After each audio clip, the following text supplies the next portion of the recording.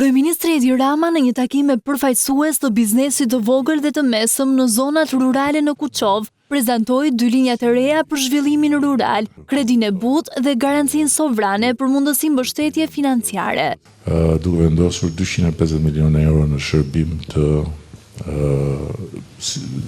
bizneseve të vogla dhe të mesme, dhe me fokus tek bujqësia.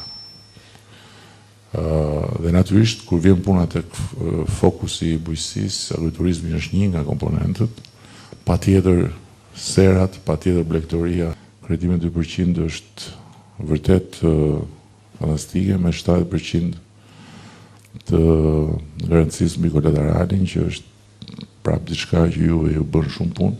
Rama kujtoi dhe miratimin e paketës së maleve që mori miratimin nga Kuvendi në seancën e fundit parlamentare. Ai tha se vetëm me një konfirmim nga bashkia mund të investosh në tokën tënde. Kemi bërë një ligj të posaçëm që cilido që do të investojë në tokën e vet mund ta bëjë thjesht me një dëshmi të konfirmuar nga Këshilli Bashkiak.